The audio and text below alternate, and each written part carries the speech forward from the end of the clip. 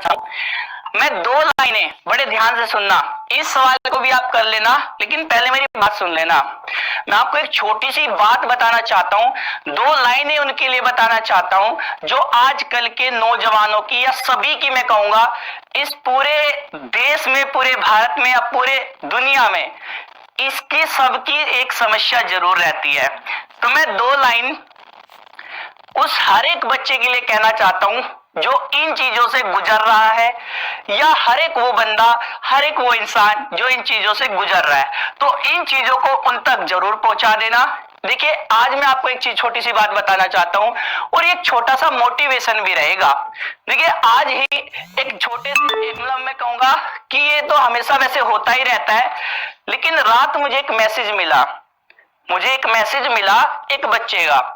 उसने कहा, सर, वैसे मैं मैसेज देखता नहीं हूं, लेकिन उसका पता नहीं कैसे मैंने गलती से देख ही लिया। वो कहता है कि सर देखिए, मैं आपसे एक बार बात करना चाहता हूं, और अगर आपने मुझसे बात नहीं की ना तो समझ लेना कि सर मैं मतलब ये मेरा आखिरी मैसेज भी हो सकता है। मैंने कहा, भाई क्या हो गया यार इसको? तो मैंने वो जल्दी से मैसेज देखा, मैंने उसका मैसेज देखा और उसने बोला कि सर एक बार नंबर दे दीजिए। मैंने उसे कहा, भी क्या दिक्कत हो गई है? कहते हैं, सर एक बार नंबर दे दीजिए, मेरे पास टाइम नहीं है। मैंने कहा, भाई इसका क्या हो गया? तो बड़ी अजीब सी बात थी। मैंने कहा कि भाई चलिए ठीक है, नंबर दे देता हूँ, क्या पता क्या ही बात है। तो मैंने उसे नंबर दिया, उसने मुझे तुरंत कॉल किया। उसने कहा, सर देखिए, मेरी छोटी सी प्रॉब्लम है जो मैं आपसे शेयर कर रहा हूं, आप मुझे इसका हल बता दीजिए। अगर आप बता पाए तो ठीक है सर, अगर नहीं बता पाए तो समझ लेना कि मैं फिर आपको दोबारा मैसेज क्या मैं ही दिखाई नहीं दूंगा।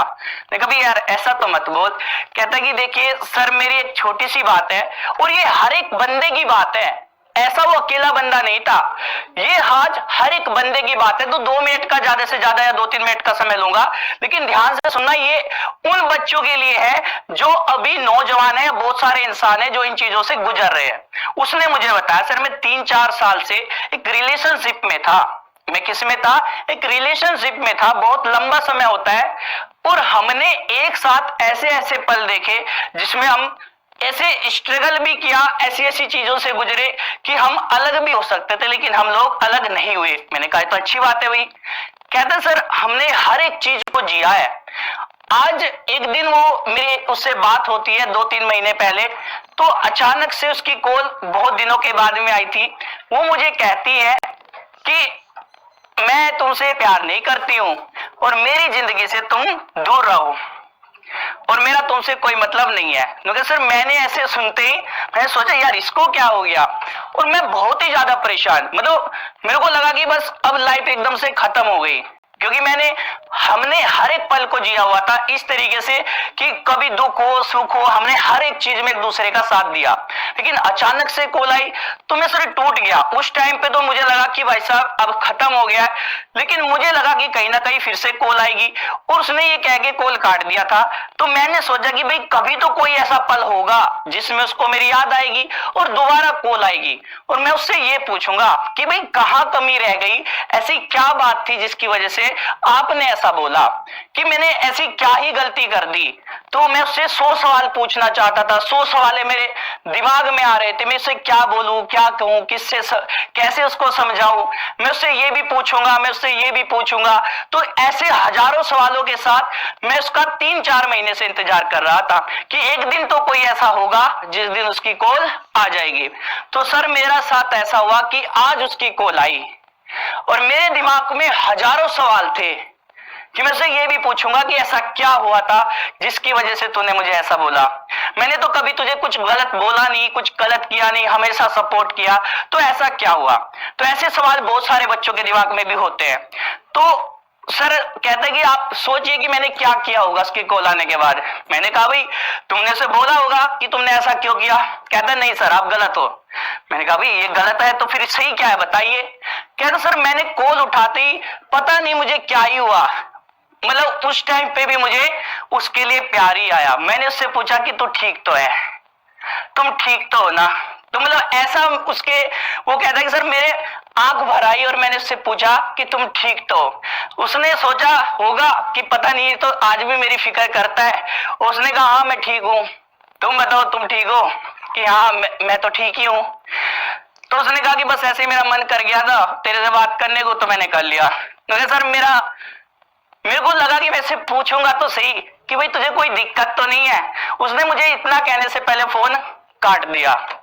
लो सर, मैंने उसके लिए एक एक दिन गिन के 4 महीने निकाल दिए, और मैं आगे भी निकालता रहता शायद, क्योंकि उसने कहा था अच्छे से रहना, कभी कुछ गलत मत करना। तो मैं ये सोच के 4 महीने निकाल के चला गया, और आज उसकी कॉल आई तो मेरे दिल को आज भी उसकी फिक्र थी कि तू ठीक तो है, लेकिन उसने मुझे ये नहीं पूछा कि तू ठीक है क्या। उसने फोन रख दिया, उसको लगा होगा कि इसे तो आज भी तेरी फिक्र है, किसी और को देखता हूं, ऐसे करके।